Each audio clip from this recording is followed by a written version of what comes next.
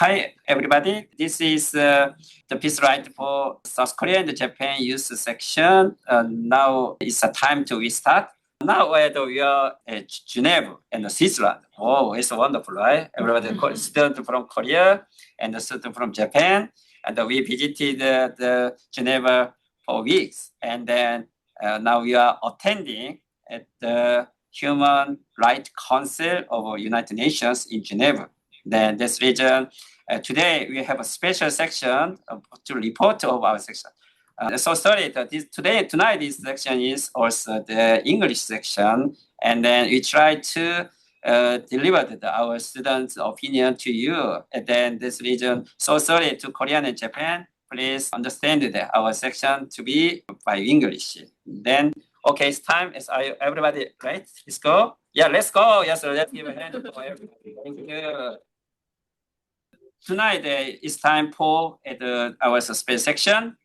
We have a special side event in UN, and usually this year, so you know, the 80th anniversary, the end of Second World War, and then 60 years of the normalization between Korea and Japan.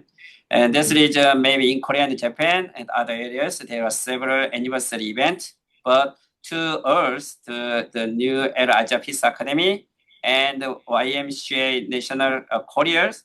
So we decided to do this project to visit the Geneva of Human Rights Council, and we delivered the new generation's opinion to Human Rights Council and all of the world NGO groups tonight.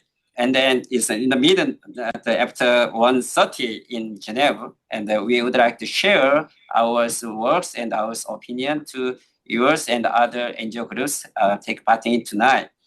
Then we have a schedule 1 week's program from September 22. And we arrived at Geneva, and then nowadays we also almost 1 week stayed here.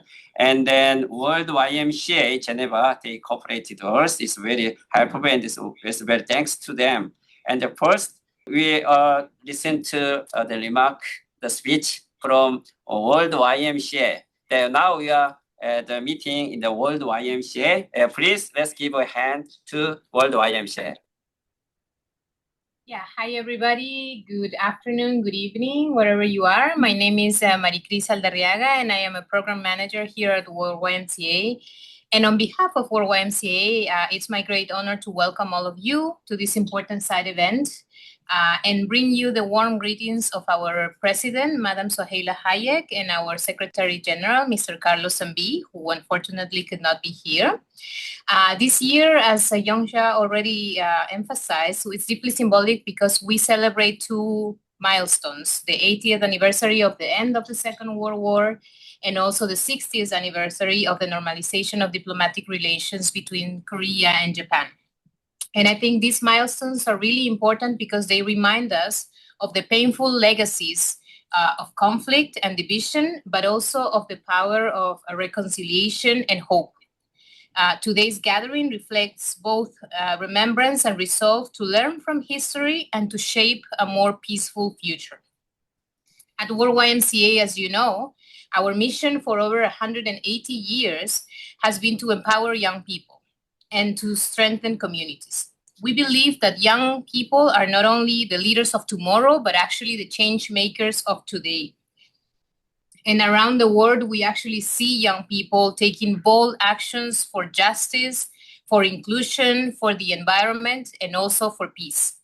So this group, we are really, really happy to see shining young people who are actually from the Korean and Japanese youth coming together to speak about peace, human rights, and friendship across borders.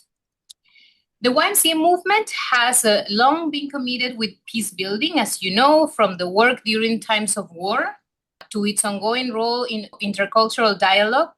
We have learned that peace is not only the absence of conflict, but the presence of justice, mutual understanding, and solidarity. And we know that sustainable peace can only be built when young people are given the space to contribute their ideas, their courage, and their vision. So to all the young participants here, I want to say this clearly. your voices actually matter, and they matter even more here in the YMCA. Your experiences, your dreams, and your proposals are essential to building a future where dignity and peace are rights that are enjoyed not by just a few, but by all. May this event not only strengthen the friendship between youth of Korea and Japan, but also inspire the wider international community to take steps towards ending unresolved conflicts and addressing the wounds of history.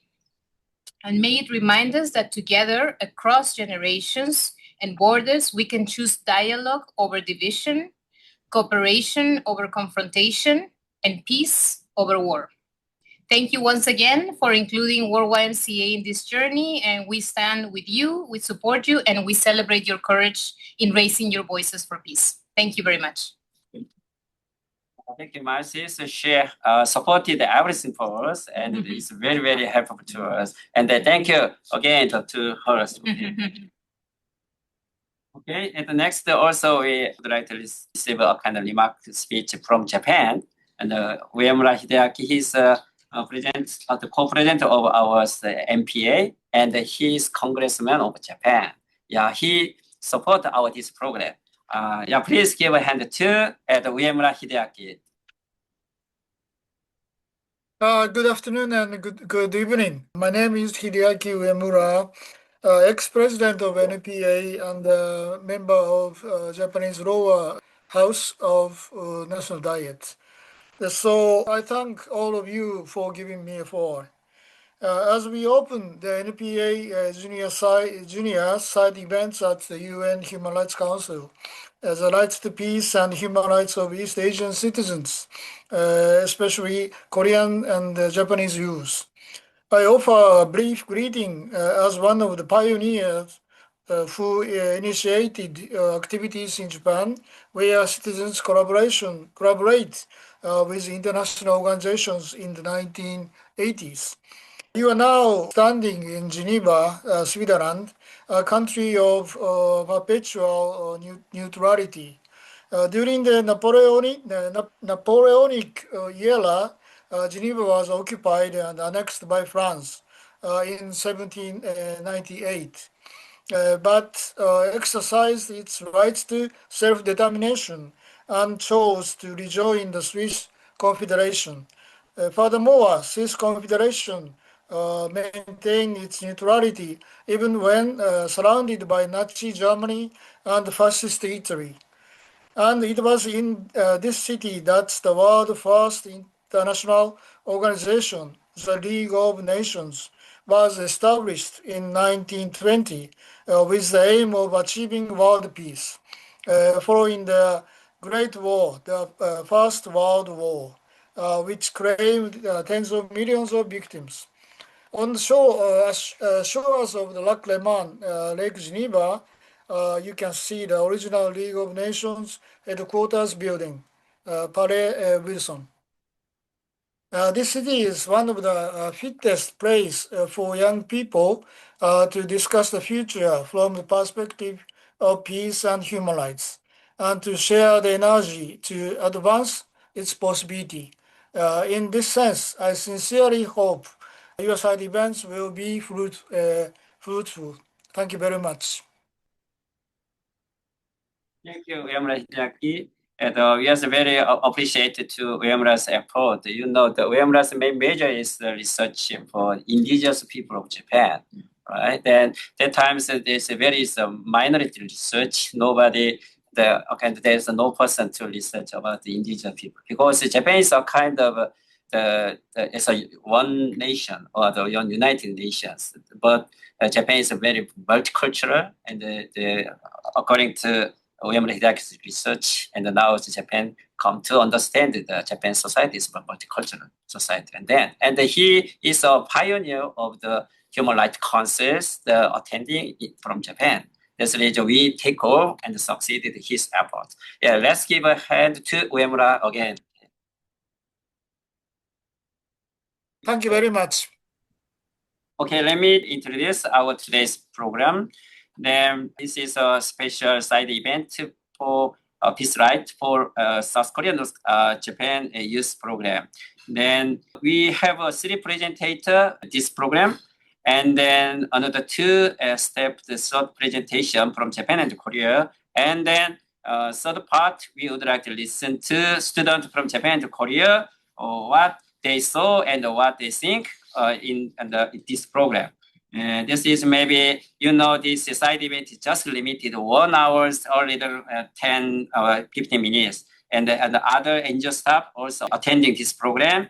This is a very limited time, but we would like to enjoy this program. Yeah, first, let me explain about the purpose of this program and the relations between Japan and Korea. And the next, from Korea, Dr. Seop, she presented about the young generation relationship between South Korea and Japan.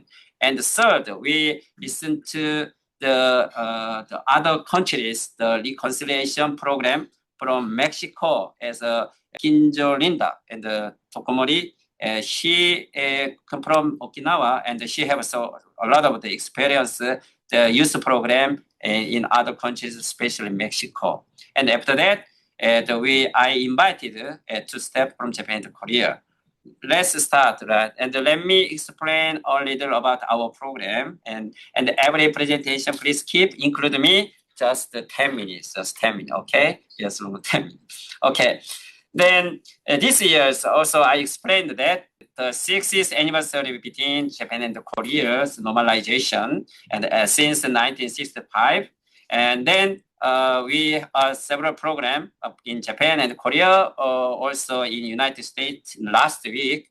This program is a kind of a final program of to celebrate the normalization between Japan and Korea. Why youth people come to the Geneva, right? Then what is the junior program? Then after COVID-19, between Korea and Japan, the MPA and the Korea part is the World MSO YMCA and the National Council of YMCA in Korea. We decided to launch the youth program. Because of COVID-19, the young generation, they cannot visit each other. This reason, we use the online Zoom, and we have a program almost 4 years. And then 2023, this is the 70th years, the end of Korea War. But it's not end, it's continual. This region, the Korean student and Japanese student, we met together and visited the division area of Korean Peninsula. And then we declared the end of Korea War. And this time we visited Geneva.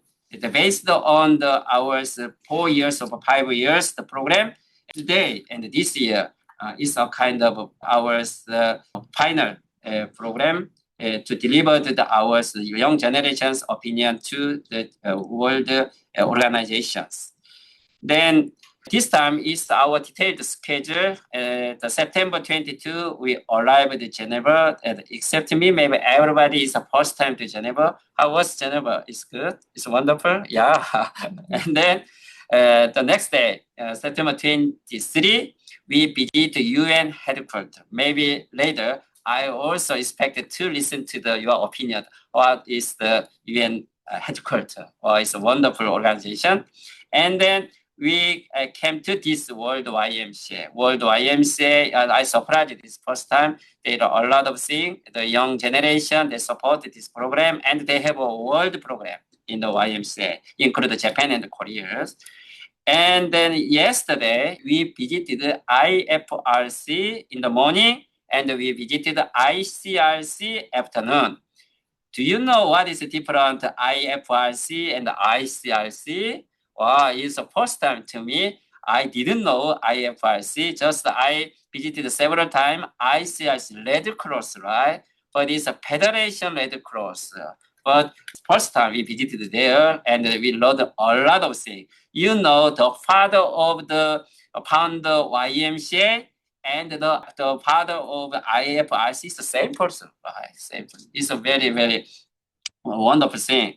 And then we visited Lausanne. Lausanne, you know the city of International Olympic Committees, right? But it's just not Olympic city. Lausanne is a kind of direct democracy of Switzerland, is a kind of started from Lausanne. Lausanne have a kind of the traditional city, and we met the parliament members introduced by Nakano Koichi. Maybe Professor Nakano Koichi, you are maybe attended today, right? This region we had a very wonderful time. And today we visited the ILO. Wow, ILO is an international labor organization, but its history is longer than the UN, right? It started in 1919, the end of the First War, the end of the kind of during the Russian Revolution. There's ILO is started. We visited there, and now that we listen to the youth, the workers' problem in the world, and we learned a lot of things.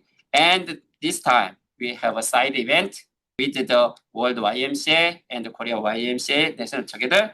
And maybe this is the final program of today. Then this program, we learned about the international organization, and we would like to deliver our message to the Human Rights Council of UN. Then, this is a little just I shared the pictures. The first day, right? We visited the United League, the old headquarters. And then we visited the United Nations, the buildings, and this is the picture after they visiting the United Nations. How was their faces? But maybe later come back to Japan and Korea, we have a time to report again. Just I shared just short pictures, right? And then this left pictures is the inside of United Nations, and the right pictures is the IFRC, right? IFRC. And then started my just a small talk. Then why we come to visited these United Nations this years. As you know, the relationship between South Korea and Japan. A little, let me explain it for a short time.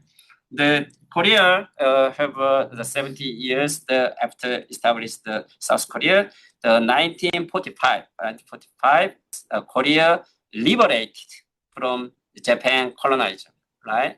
The Japan's colonized Korea for 35 years. Then we thinking that Korea liberated, and we depended. But just in the 3 years, Korea divided two areas, South Korea and North Korea, right? And then, but that time, for 3 years, Korea tried to resolve the colonialism problem, right? Then, because we are liberated from Japan's imperialism, there's so many cooperators to Japan colonialism or Japan imperialism. But occurring of the Korean War in 1950, before the dissolve of colonialism problem, the Korean War occurred. That's the reason colonialism's problem is stopped everything. But 3 years, South Korea, North Korea, the conflicted each other, and then we have a casualty for 100 million people, right? But we cannot make a united country. After 1953, then we have to admit these division countries, right? But then after 70 years passed, but even now the Korean War is continued, right? But 1951, America then invented to come to the Japan, and then they go to the Korean Peninsula to combat with the Korean Peninsula against China and against the North Korea. But that time Japan decided liberated Japan to support America war's backside. That means the San Francisco peace treatment is made between Japan and the other allied countries. But that time the Japan is exempted the responsibility of the colonialism to Koreans. And then 1965, the Korea and the Japan made a normalization relationship, but based on the San Francisco peace treatment, Japan also exempted to South Korea the responsibility of the colonialism problem. Because that is the Korean War, and the normalization between Japan and Korea is linked together. Then there is the Japan that don't have need to have a responsibility to the colonizing problem to South Korea. And then even now the situation continued there. But the normalization between two countries, even we have a 60 the anniversaries today, but we have to admit that we cannot finish the Korean War and we cannot solve the colonization problem between two countries. But this problem is very important to the next generation. Without finished Korean War, there's no peace to next generation. And without dissolve the colonization problem, also the relations between two countries, they have a kind of emotional conflict in the future. That's the reason how we dissolve or how we finish Korea War and how we solve this colonial problem, that we have to dialogue between two countries and include the United Nations and other countries together. Because, United Nations also, they sent the military to Korean Peninsula. They are a part of the Korean War. And this reason, I think the Korean War is, even though two countries tried to finish that, but we couldn't finish that. And then we have to dialogue with America or allied countries or the United Nations and other NGO actors together. And this reason, to the next generation, I think they have a right to their peace right to the future. And then the students from Korea and Japan, they try to their opinion to deliver it to United Nations this time. Okay, and my expression is just by here, and then maybe we would like to listen to other presenters' talks. And then we prepared our written statement to the Human Rights Council of this 60th section of this time. And then we submitted our written statement. And then 2 days before, the item post the section general debate. This section is truth, justice, reparation, and the prevention of future conflict. This section, they adopted our written statement.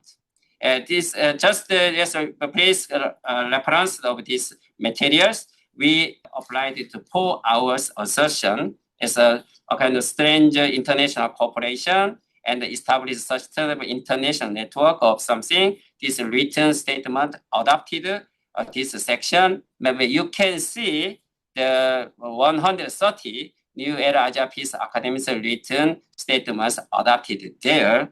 And then maybe later we will left to the official document of Human Rights Council of these years, right? And then we prepare the oral statement in that item. The written statement is maybe 3 or 4 pages document, but if you adopted this written statement, you can do the oral statement in that place. Just 1 minute 30 second is permitted to the sections. And we prepared this the oral statement. Students from Korea and Japan together. This is the last part of my presentation. Please listen to our students' oral statement about this section. Okay. Mr. President, I speak today on behalf of our organization. To reflect the voices of youth from Korea and Japan, I would like to give the floor to our young representatives. Mr. President, this year marks 80 years since the end of the Second World War and 60 years of diplomatic relations between Korea and Japan. Yet, 2 urgent tasks remain unresolved: ending the Korean War and addressing colonial injustices. For over 7 decades, the absence of peace treaty has fueled militarization, diverted resources from education and welfare, and denied young people opportunities for cooperation. At the same time, the legacy of colonial rule, forced labor, sexual slavery, remain insufficiently addressed. As survivors age, we, the youth, bear the responsibility to preserve memory and prevent denial. Ending the Korean War and achieving historical justice are vital, not only for our region, but also for safeguarding dignity and peace for future generations worldwide. Mr. President, we urge this Council to support our Korea Peace Treaty, promote truth and reparations, and strengthen peace and history education for youth. These are not issues of the past, but essential to the future of human rights. Thank you. Thank you. Yes, let's give it. Well, yeah, the English is really excellent, right? And they prepared. This is, this is the one time this recording, so perfect. Let's give hand to each other. Thank you again. Okay, let me move to the next section. Maybe I would like to invite Dr. Seok-ju-hee from Korea. She's a research fellow, Northeast Asia History Foundation of Korea. Her main topic is history and challenges of Korea-Japan youth exchanges. Please give a hand to the Seok-ju-hee. Good evening or good afternoon, everyone, and thank you for joining me today. My name is Ju Hee-seok, and I work at the Northeast Asian History Foundation in Korea. First, I would like to express my sincere gratitude for inviting me to this meaningful gather. It is an honor to share insight on a topic that connects our communities and future generations.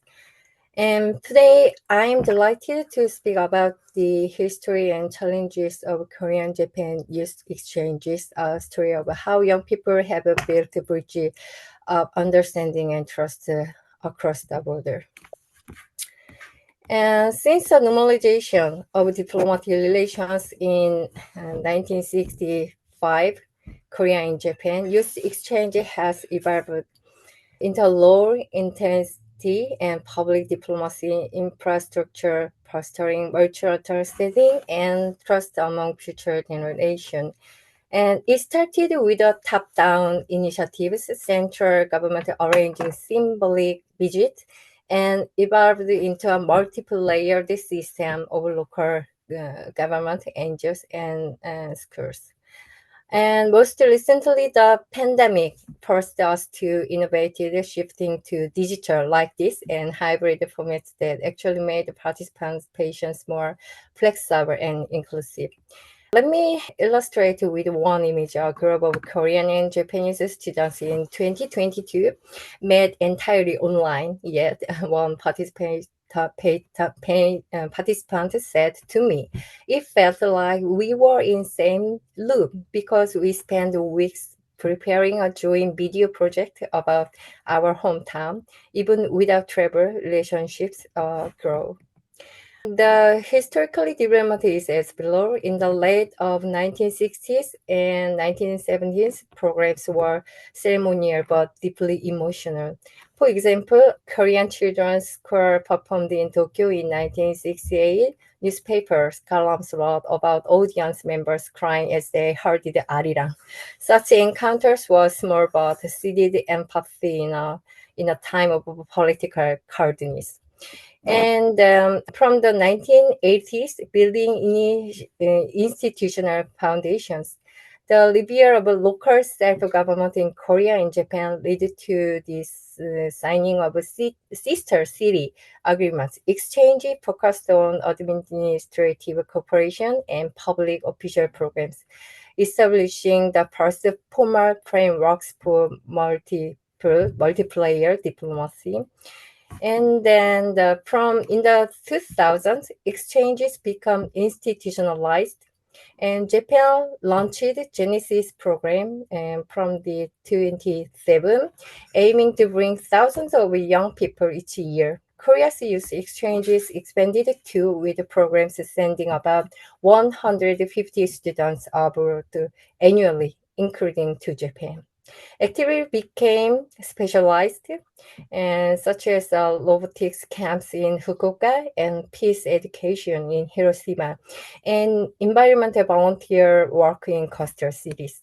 Korean students from Hiroshima Peace Tour wrote later, I understood the history differently when standing inside the peace memorial with Japanese friends. And by the 2010s, students themselves shaped the programs.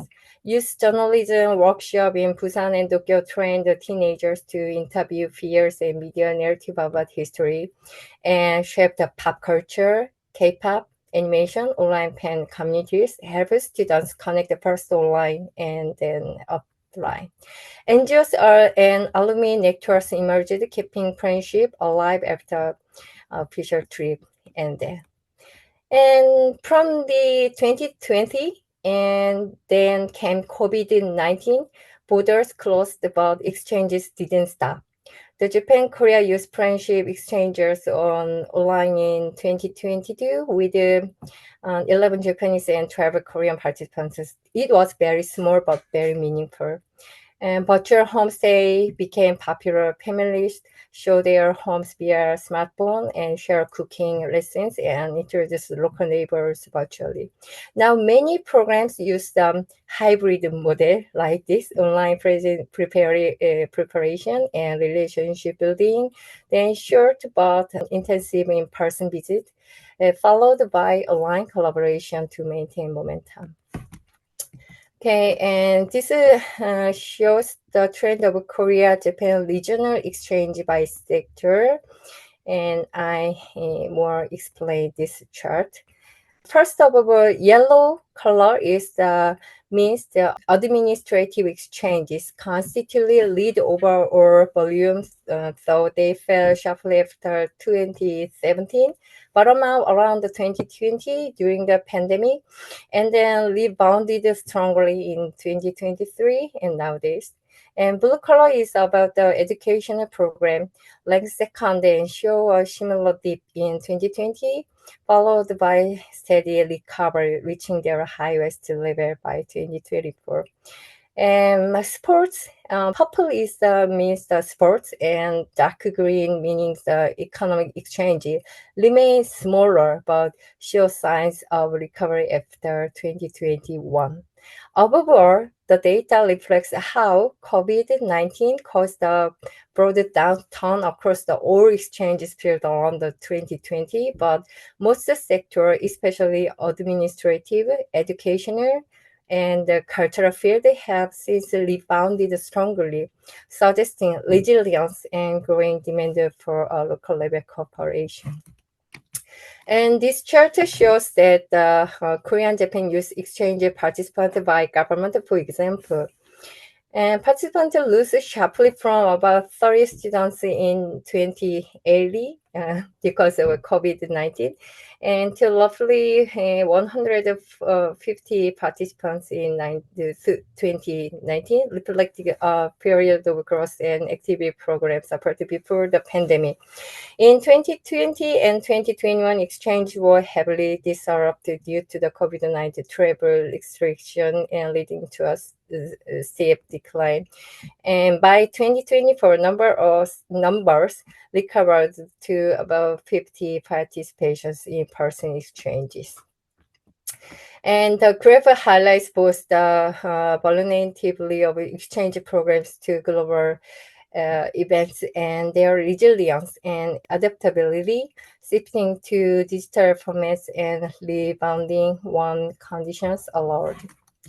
And this graph also shows the distribution by exchange types.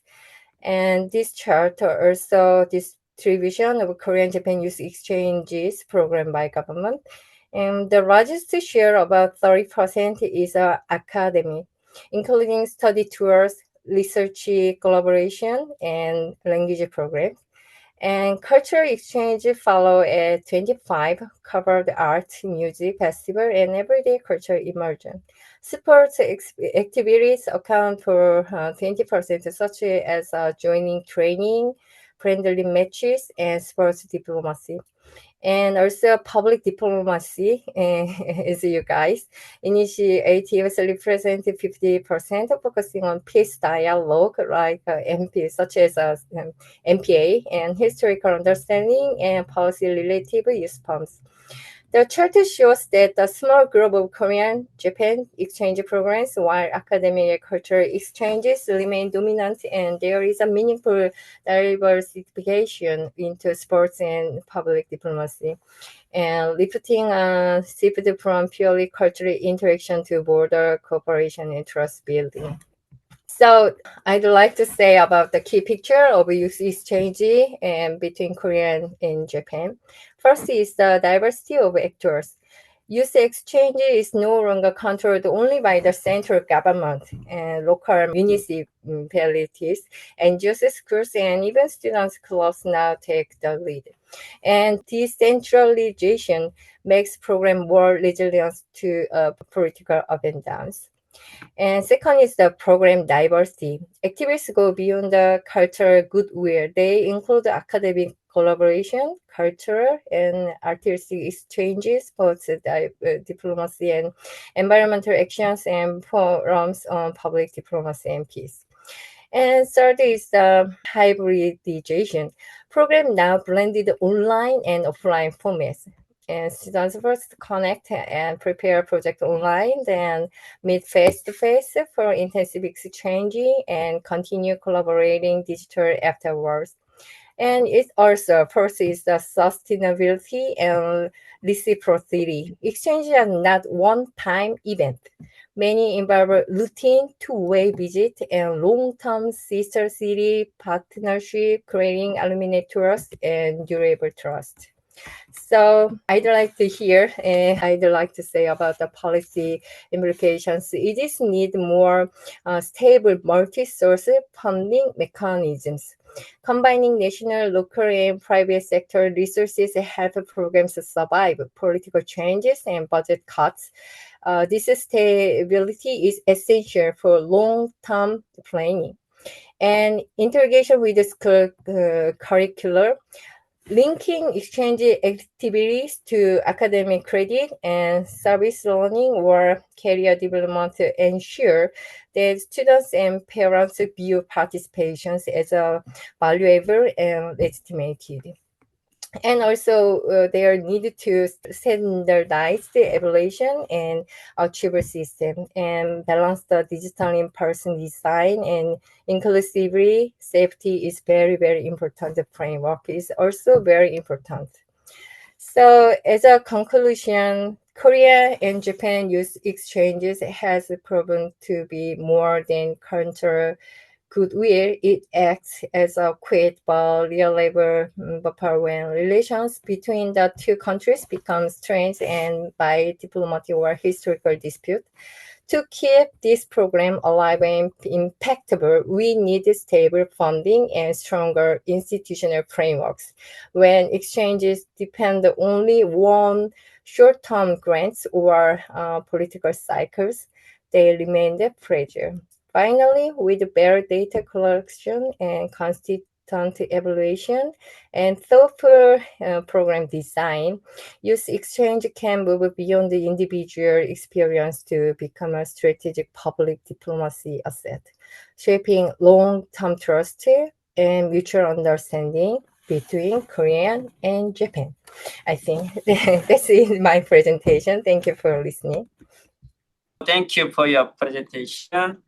Also, yeah, as the Dr. Sok explained, then she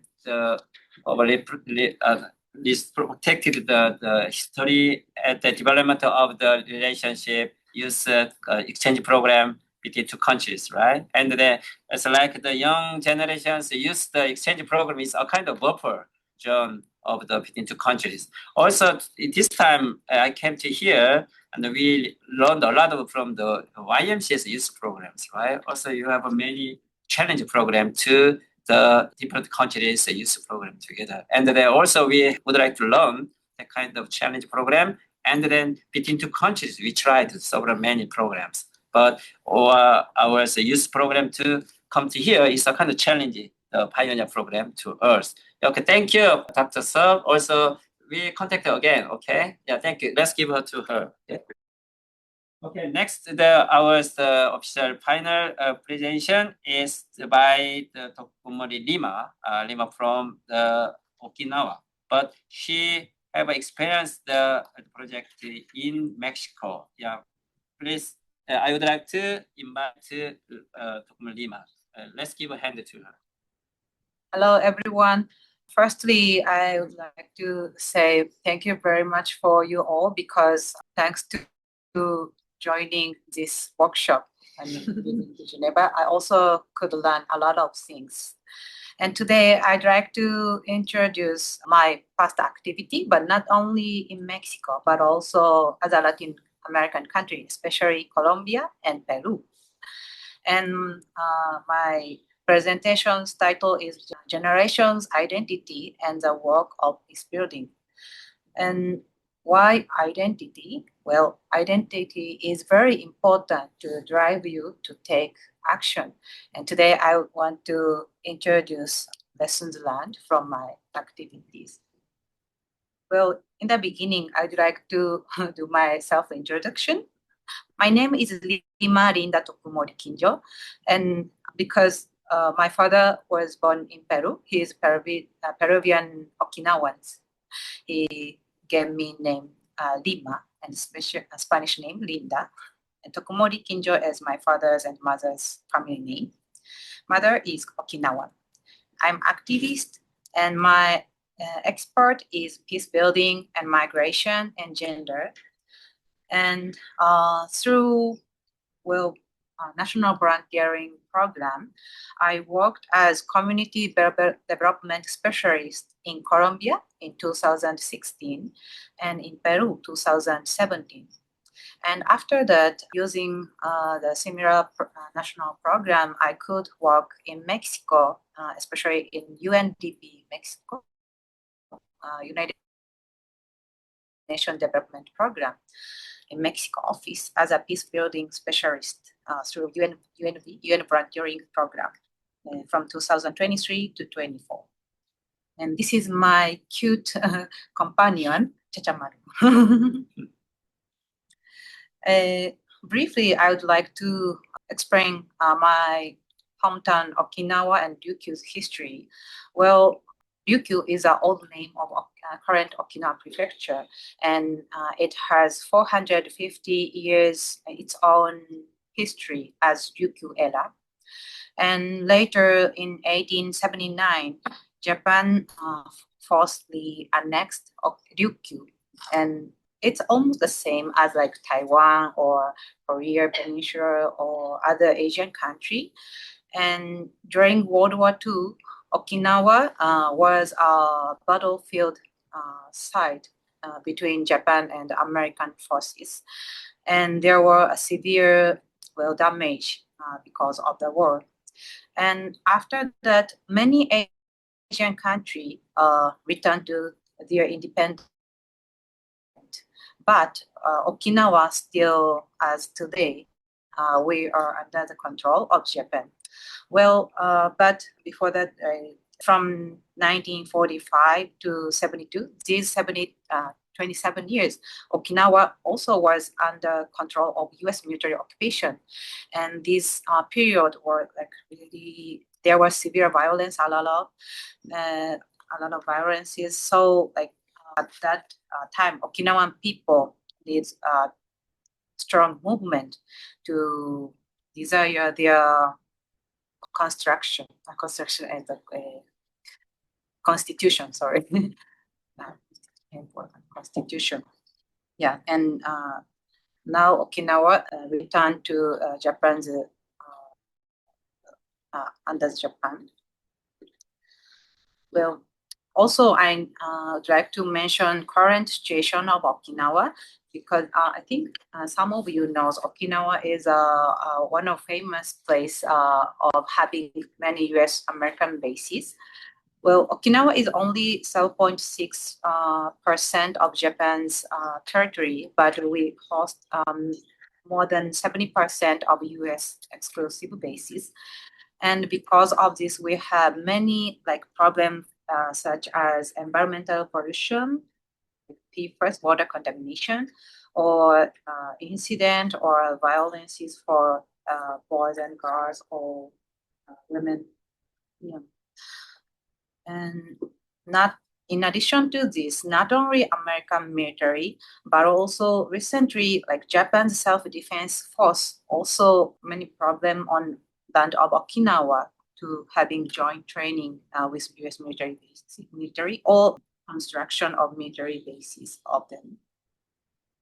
Well, what I wanted to say here is if we talk about East Asia's peace, it means like Okinawa situation is really like connected, because if America or Japan try to expand, or they are trying to expand military power on Okinawan area, I just want to like remind you, like Okinawa is one of important topic which we talk about Asian peace.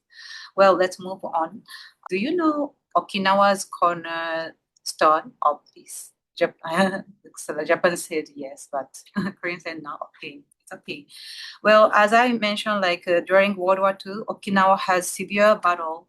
It's called Battle of Okinawa, and after commemorate like 30 anniversary after the World War II, Okinawan government and the people decide to, sorry, not 30, 5th anniversary, Okinawan people and government decided to create this cornerstone of peace to preserve the name of all victims.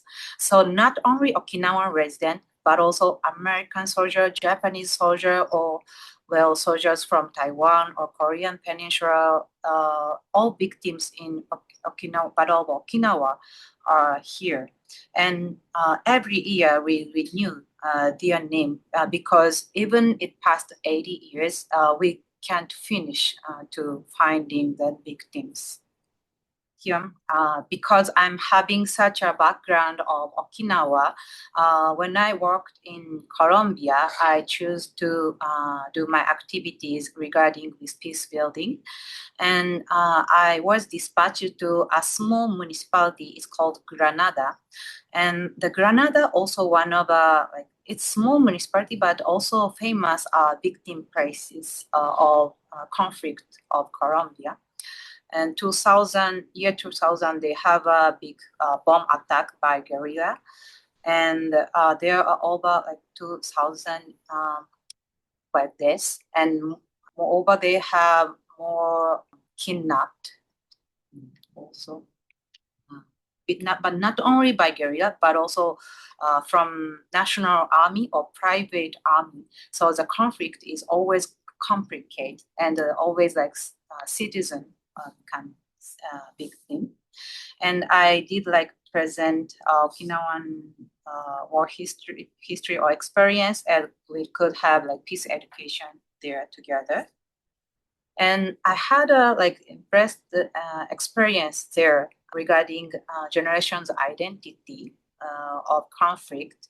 Well, every year in Colombia, 9th of April, they have a demonstration with the title of Day of Victims. And that day, people like marched with having like giving white flower and hope the peace.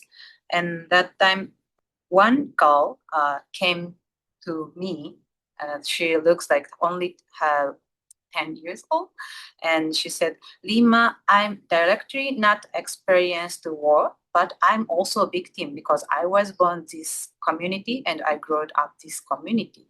And it's really like impressed to me because inside of her, she has a strong identity as a not only as victim, but also like person related to history of conflict, right? And I realized it's almost the same with me or with us also, because we also have like history of the war, and we also need to have this kind of conscious, but it's really difficult. And I think it's because of, well, there are many reasons, the differences between Colombia and Japan or Asia, but I think because kind of language also cause of this, because in Spanish or English, victim means two meanings, I think.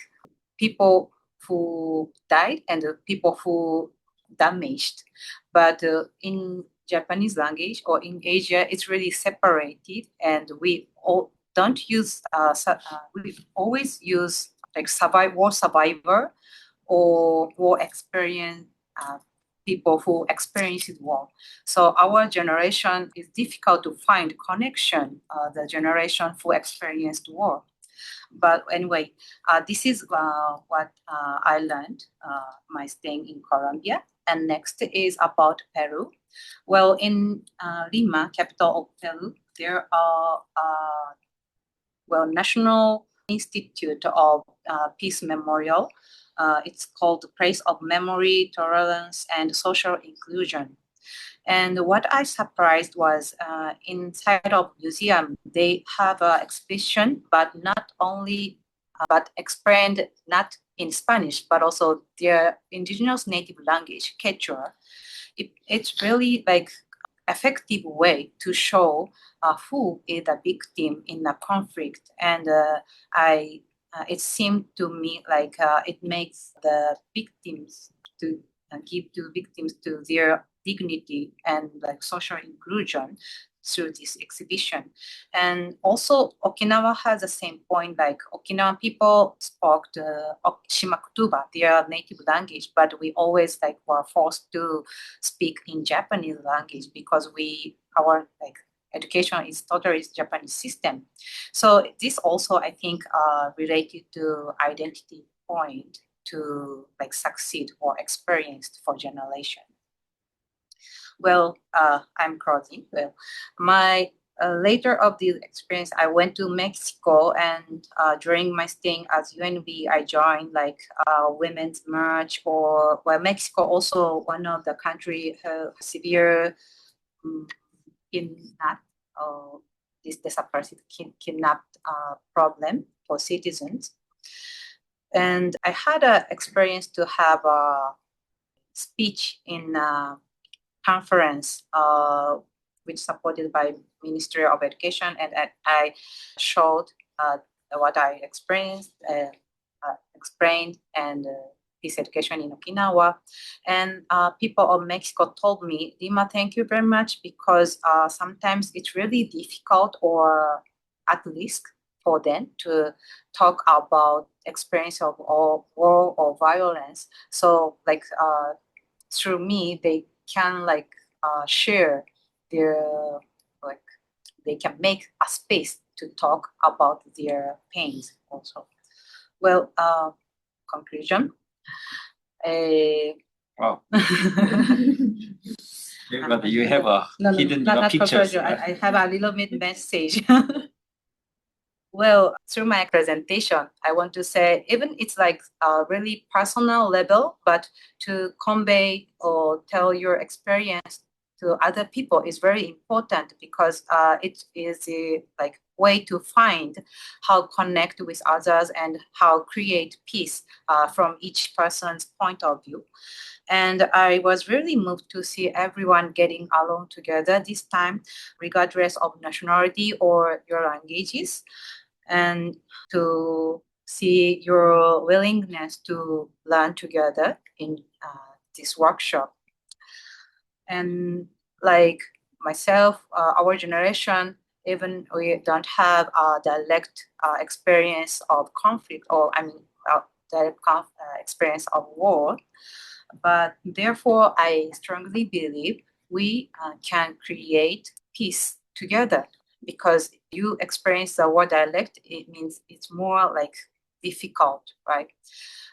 Then if Korean people and Japanese people can work together for creating peace, I think it's not only for Asia, but also for the world, it's really meaningful. Well, thank you very much. Oh, Lima, thank you so much.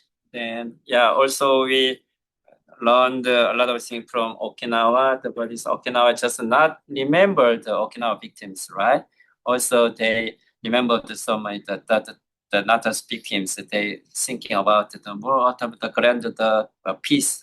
And she also experienced the other areas, Mexico and then Colombia, right? That area also have the civil war and the conflict of colonizing together.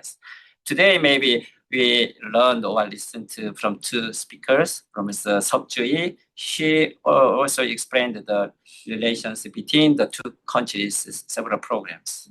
Just we started from how we ended the Korean War, how we dissolved the colonial problem. But we have to understand more. There were several mutual exchange programs, a lot of, right? And other countries also have the kind of try to make the challenge program. And we learned the YMCA and the ILO and the IFRC all the organization also try to make the kind of peace to let's close program and use the program together. And this is a very good chance to we understand and the thinking what is peace, how the two countries, Korea and Japan, overcome our problem, and we made another more grand and more future peace together, right? Yeah, let's give it to Dr. Lima, and thank you so much. Then, let me move to the second part to your sections. Then to first, okay. We have the junior program for almost 4 years, and then maybe this program is instituted by the Hibino Chika and then Hisu Han from Japan and Korea. First, maybe I would like to move my mic to person how they organize this program, right, and how they feel in visiting these areas. The first, Hibino Chika, maybe. She is a very, very key person of this program. So I give my respect to Hibino Chika. Thanks. Give it to her. Everyone and inviting me for this really precious opportunity. So my name is Chika, and then I'm a staff member of this New Era Agile Peace Academy. And then I'm also supporting this NPA Junior Course Program since we started it in 2021. Then now I have a few comments about this program and this field work. And then at first, for the beginning, I just want to report about children education in Japan current situation from the perspective of my previous work as a Japanese junior high school public teacher experience. Then the turning point of Japanese education policy was 2006. At this year, the basic education law was changed, amended. Since then, the schools have become more nationalistic, actually, and the Japanese education policy is getting much more competitive. So because of this, the gap between children is getting bigger and bigger. And then in this situation, more children cannot go to school right now. The number of children who cannot go to school is getting increased more and more in Japan now. So that means the equal chance to get an education are in danger, I think. And then in history classes, Japanese colonial rule history has not been taught much ever before. And then recently, some textbooks even change, distorted or hide part of the history. So I think it is the cause of the discrimination and hatred in Japanese society. And for this meeting, NPA Junior helps children by protecting their own rights to run and then giving them correct information and offering a chance to share their opinions as well. And then, so from the participant of junior member, many participants say that they didn't learn about Japanese colonial rule in school. So for them, what they learn at NPA is often the very first time they hear about it. This makes them realize the lack of education opportunity as well. And by studying shared history together, they can also begin to understand the pain of people from other countries. So this help deepen mutual understanding with Korean students too. And also through the online courses program of NPA Junior, students also learn about issues that continue from history into today, such as reflecting of colonial rule, ending the Korean War, and conscription and military bases, and also nuclear abolition, and the climate crisis, and so on. And then besides online classes, children also enjoy joint field work like this moment and workshop with Korean students. These activities help build common understanding and friendship. In field work, they work in real places and directly feel what they have studied on site. And in peace workshop, they remove their tension and barriers, and they can speak in their own words and organize what they have learned. So this kind of learning at NPA Junior is very important, I think. It helps students move from a narrow understanding to a wider and deeper understanding. It also provides a foundation for thinking about peace in the future. Junior members also share what they have learned at their own school and then make proposal to local education boards, and some even study abroad at university overseas, for example, South Korea. So in this way, we hope they will grow to be active in their communities and in the world with an international outlook and a strong spirit for peace and human rights. And then through this field work, maybe some of participant students really worry about their English, and then sometimes it seems to be a little bit difficult to understand the whole of the contents, but still they try to do their own effort as much as possible. And then they had a lot of precious experience here. So I believe they learned a lot of things and they felt a lot of new things through this field work too. And then lastly, I just want to share this group name.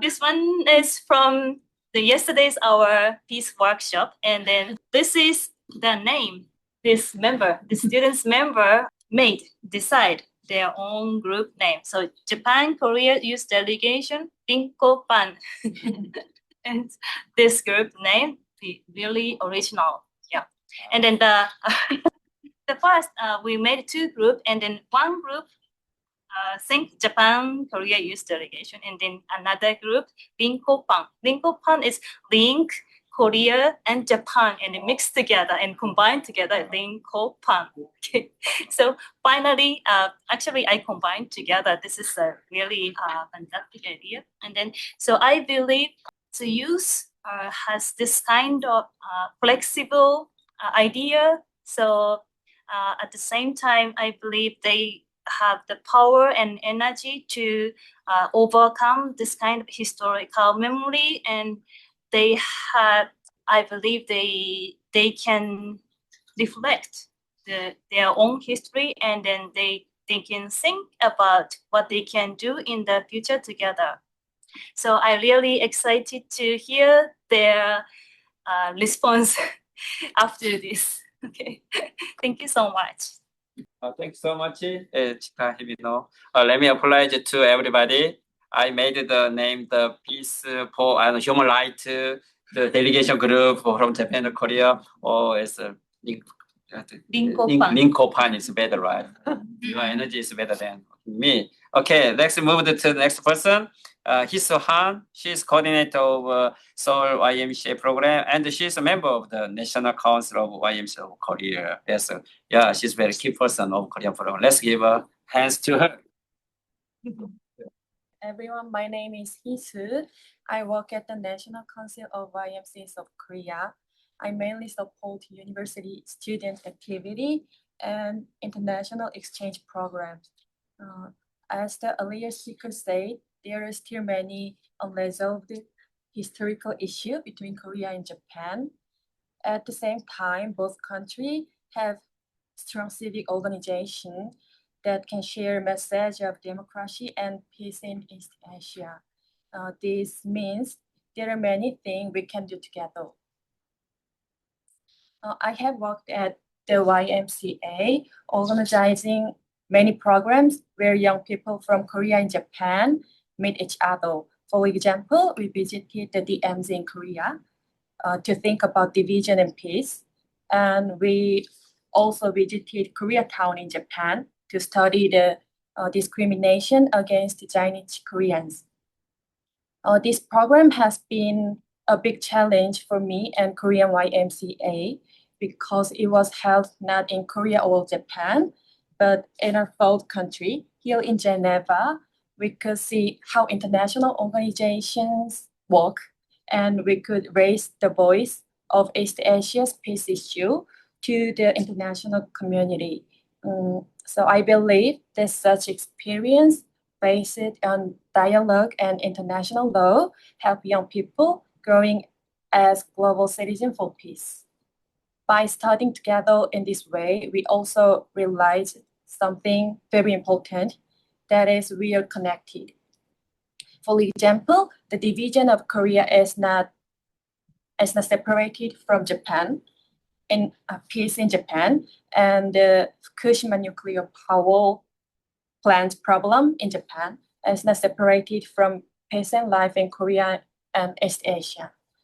So I believe it is very important for young people to keep discovering this sense of connection. The MPA program was a process where young people could experience themselves as actors of peace. For example, when Japanese participant Mizuki come to study in Jeju Island, Korea, at the time I was also in Jeju, leading a camp with young people from the Asia Pacific region.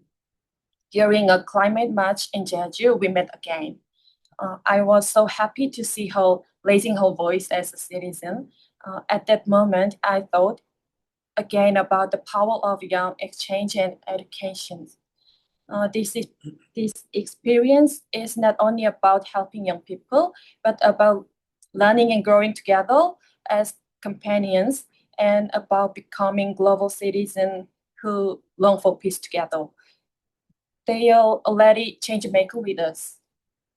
Yeah, YMC is always about empowering young people. We know how important it is for youth to speak about their right to peace. The Korean YMCA will continue to gathering young voice and supporting them to becoming friends and empower them to grow as actors of peace. Thank you. Thank you, Hisan. Yeah, and then Himino Chika. As you heard that, what is the MPA and what is the junior class? Yes, maybe everyone you said that in MPA classes there's no such thing. First, there's no competition, there's no exam, right? There's no discrimination, right? We don't have teacher or student or each other. We learn together, and just we have the hope and future, right? This is our class, and then the 2% made it and support this program. Let's give a hands to person again. This is the last time for your time. So I made this program for this final stage for yours, and then your first. Yes, let's start your opinions or your kind of the thinking. What did you see and what did you thought about that 4 weeks? Then first from Seung-yeon Shin, and the next Japan's Neo Takamine, and there's Korea, Japan exchange, and then just 4%. Okay, right. But speak is a little loudly and the voice completely. Yeah, okay. Thank you from Seung-yeon Shin. Okay, let's give a hand to her. So Hello, everyone. My name is Sungyeon, and I'm a youth participant from Korea, currently living in Manila, the Philippines.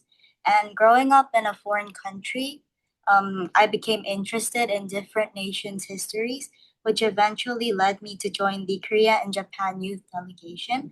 And I'm very honored to share my thoughts and inspirations here in Geneva at this very moment. From early June to late August, we held several online meetings where we discussed peace relations between Korea and Japan. And this week, we have had the opportunity to visit important international organizations, including the UN headquarters, the International Red Cross, ICRC, and IFRC, and the International Labor Organization, ILO. I learned how different NGOs and international institutions cooperate to respond to global challenges, whether it is protecting human rights, supporting workers, or providing humanitarian aid through constant dialogue and collaboration.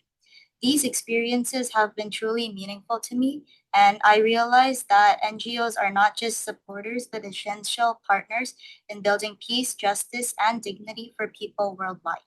The regular Zoom meetings also gave me background knowledge, which made my visits in Geneva more clear and more impactful. Although I'm still young, I now believe more strongly that I can make steps to make the world more equal, diverse, and unified. I now also realize that peace cannot be achieved by one nation alone. It requires communication, understanding, and cooperation across borders. As youth, our voices may be small, but they matter. We have the power to build bridges, create friendships, and prevent conflicts by fostering trust. This journey is only a beginning, and I look forward to taking more steps together toward a more peaceful tomorrow. Thank you. 2 minute speech, right? We also like to repeat the 2 hours. Wow, this is wonderful. And then next move to Nio Takamine. Hello, my name is Nio Takamine and I'm from Japan. Since coming to Switzerland, I have been struck by the difference in public awareness regarding the Palestinian issue. In Japan, the conflict feels distant and demonstrations are usually small in scale, often limited to speeches.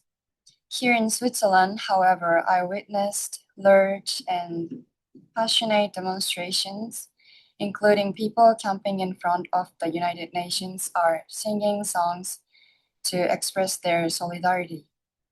This was very different from what I had experienced in Japan, and it left a strong impression on me.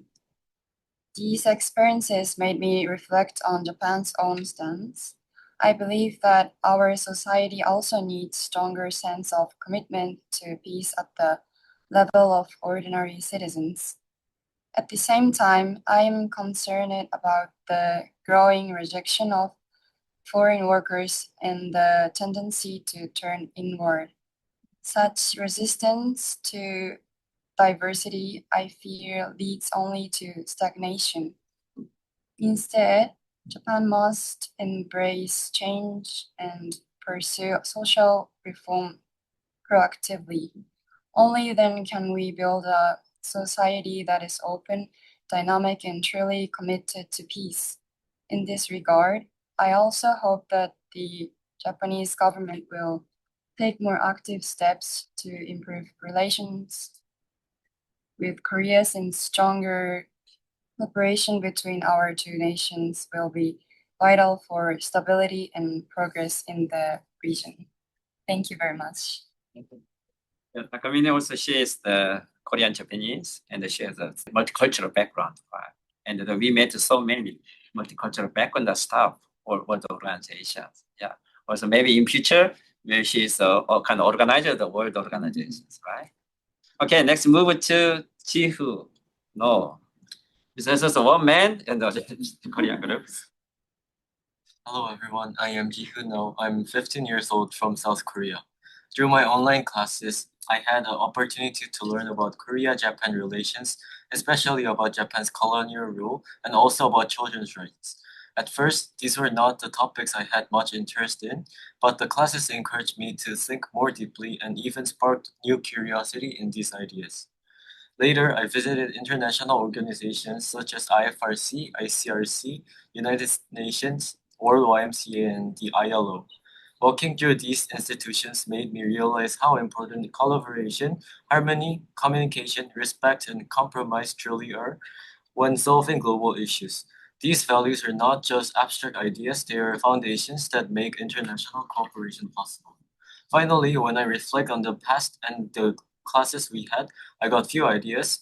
I thought about the Cold War era in 1960s when the United States and the Soviet Union fought an information war between communism and capitalism, which led to proxy wars such as the Korean War, Vietnam War, and Cuban Missile Crisis.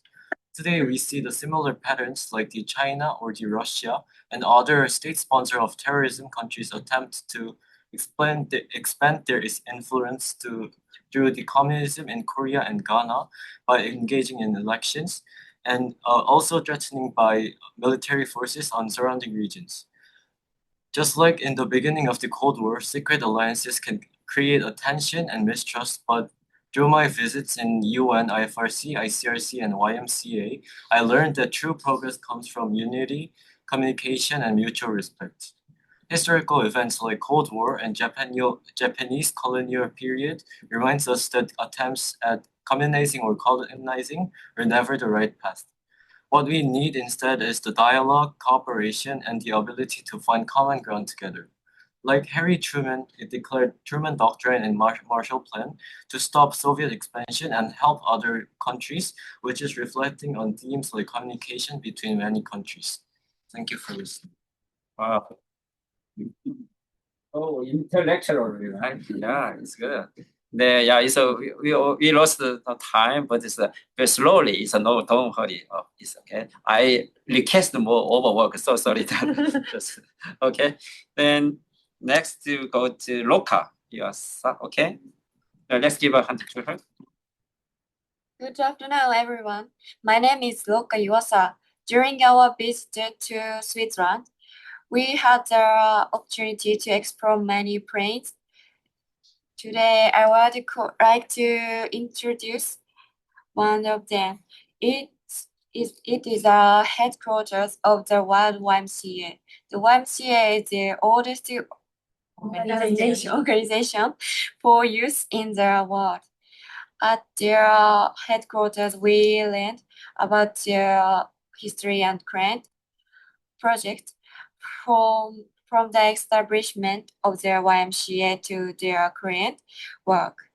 At the end of the tour, they looked at their archives, including a large collection of YMCA-related materials.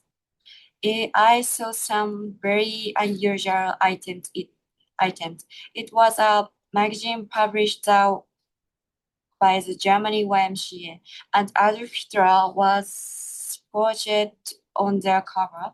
The staff explained that he was responsible for the fact that the Christians of that time admired him, to introduce him in this way.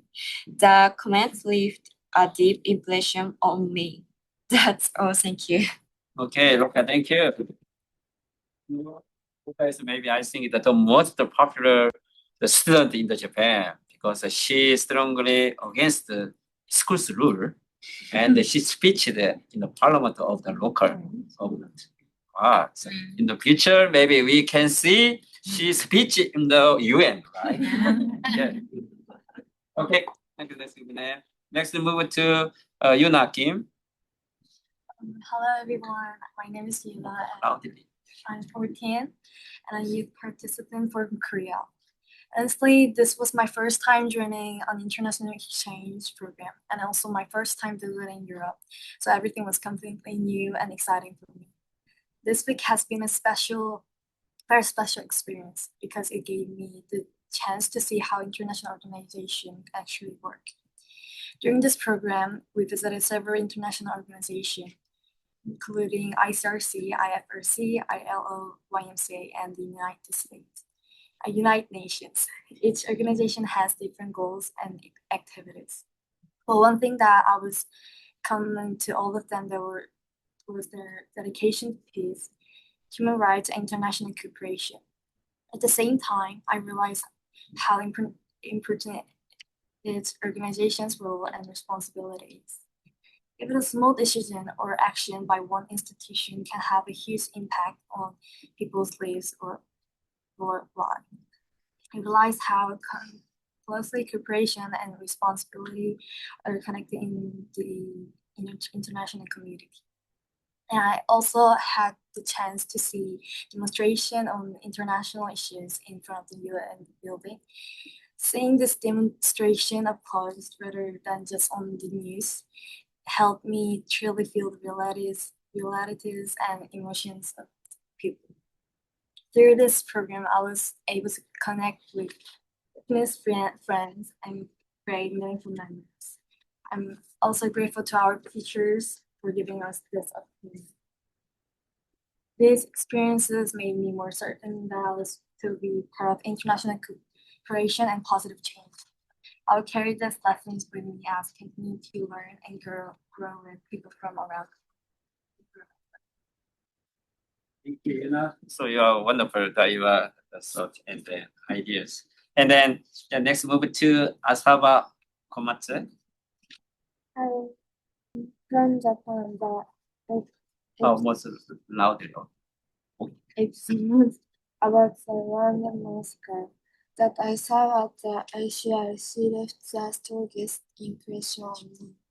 What struck me most was how deeply the children were affected not just by the violence itself, but by the fact that they couldn't even speak their names or share their identity. Instead, they took Polaroid photos of around 8,000 people and went from village to village in an effort to help identify them.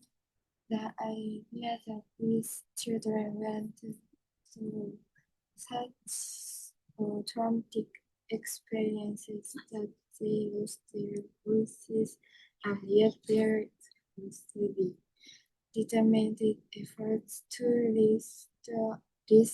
restore each person's identity moved me deeply. From this episode, I to that humanitarian aid is not just about protecting lives.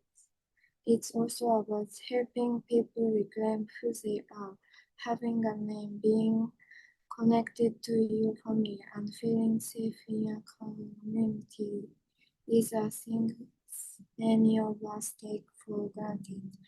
This experience left me with an important question. What can I do when all of that is lost for someone? Oh, thank you. So I'm proud of you. Yeah, so you speak English first time. Yeah, your mother also proud of you. Yeah, okay, let's message to your mother together. Thank you. Thank you. So let's give a hug. Okay. Hey, in the last person of each countries, Xion O. Okay. Hi, my name is Chia. I'm from South Korea, but I'm currently living in Washington, D.C. Growing up, I was raised in a very multicultural environment, having lived in Korea, Canada, Indonesia, and eventually the U.S. Because I was raised in this context, I never really learned about the history of South Korea, let alone the relationship between Korea and Japan. And I'd always carried a very surface level understanding of the two countries, knowing what had historically happened, but never really understanding the complexity of the relationship. Over the past few months, through participating in online lessons that talked about these topics, I was able to explore this relationship and connect this information to my prior interests in justice and peace. Growing up in Indonesia, I was exposed to many systematic issues, and a lot of the times they were overlooked by people in society who had actual power to take action. As a result, I've always held an interest and passion for serving marginalized communities and addressing human rights issues. These interests have expanded more recently to encompass a broader interest in social justice as a whole. Coming to Geneva and seeing how the UN, as well as other organizations such as the ICRC, IFRC, YMCA, and ILO are taking specific measures to address these issues has been really inspiring and thought-provoking. It has also made me think a lot about some of the more approachable ways that I can get involved in addressing these issues in my community. And it has also shaped the way that I want to pursue my career. In addition, through spending time and building friendships with my peers, both Korean and Japanese, I was able to learn from their perspectives and their worldviews. And although this gathering represents how our generation can reconnect on a micro level, I hope that these small steps will have a ripple effect and inspire us to create lasting change. Finally, through gaining these new experiences and perspectives, I have even more certainty that I want to play a part in this change. I want to contribute to building a more peaceful world where understanding transcends old divisions. Thank you. Thank you. Yes, wonderful your idea, and it's a very pleasure to share your ideas. Okay. Oh, you're waiting so long time, right? As I was a pioneer working for Hugo. Okay, let's give a hand to him. Hi, my name is Hugo Nakano. I've been part of the NPA from 3 years ago, from the beginning of my high school years, and now at the end of my high school years. And I have also taken part in the last NPA and YMCA Korea event, which took place in Seoul, Korea. The current program started off from June 7th, and through summer break, where we had an interactive lecture, learning variety of topics from normalization of diplomatic relationship between Japan and Korea, how the United Nations functions, about the UN Convention of the Right of the Children, and a couple informal preparatory meetings. And this week, we came to Geneva. And in Geneva, I think many of the concepts we had learned in this program and I had learned throughout the NPA program came together. For instance, the person working for the IFRC, the International Federation of Red Cross and Red Crescent Society, was speaking yesterday that there is an increased trend of death of volunteer workers and the disregard of internationally recognized neutral humanitarian institutions like his. I think this trend can be compared to what we learned about World War II and the Japanese colonial history, where one of the reasons the war broke out was because Axis power, largely started with Japan, began to break international laws and treaties, and right before the war, leaving the League of Nations, the predecessor of the UN. Whether it's Russian-Ukrainian war, the war and the genocide taking place in Gaza, or the unstable situation in America under Donald Trump, I think it's pretty clear that the current situation too, international laws and humanitarian organizations are being disregarded, which I think is a pretty dangerous and scary trend to see. But to end on a more positive note, coming here, I think I also truly learned the power and the importance of passion and resilience. Any international organization from the United Nations, IFRC, and YMCA, due to its long history and decentralized nature, have faced fair share of criticism, especially regarding the stance of neutrality and impartiality. But I think that does not necessarily mean that the thought and the idea of creating the space for conversation between both sides is a lost cause, especially when I realize that these places are created with an overwhelming amount of work and time, driven by passion and resilience of individuals, past, present, and in the future, even when the results of those efforts are not promised. Thank you. Thank you. Okay, thank you for everybody's your thought and ideas shared together. This is our final time. Before we came here, maybe we maybe think or thought that what is international organization, and after visiting here, maybe we come to know more world, the large world on the another new world, right? Then, first, I also thinking that overcome Korean War and then solve the colonial problem is important just to countries. But we know that it's not national sentiment of the countries.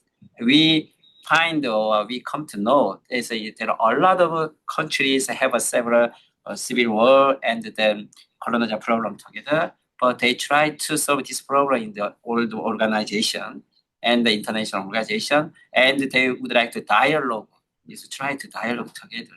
At in this time, I found several areas there's a severe problem. I know polarized country, polarized society, but they try to dialogue is very important. Keeping dialogue and finding the solution together. And this is a key word I found here, and also maybe you found that kind of another the peace way, right? And then maybe we have to prepare the direct witness of the war or colonized people is getting away, fading away in the history stages. But how can we succeed that kind of history problem or history intelligence or historical kind of this witness, right? Then without the direct the witness, but we have to succeed or we have to learn the historical and the political problem.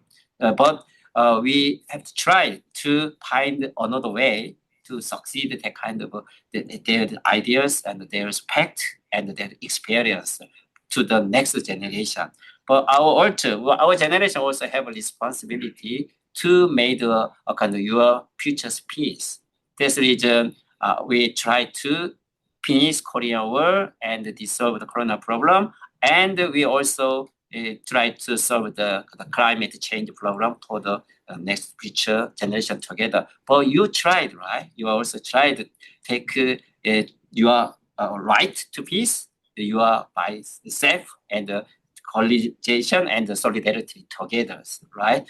And this is, I think, not peace. This is a new step of ours, and this is not small step, it's a giant step to make the peace in our future, right? And then finally, let me thanks to our heart to World YMCA and Mark is so wonderful.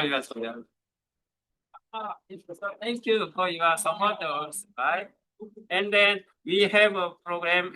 Our program is supported by IUS of Japan and NGOs, and then Northeast Historical Institute of Korea. Yes, let's give a hand to the institution. And today, so many people from Korea and Japan and other world NGOs, the participants attended this section. Yeah, thanks to our heart to them also together. Okay, that's good. It's finished, and we go to the buy chocolate. Thank you so much. Yeah, thanks. Hi. Bye. Bye. Say goodbye.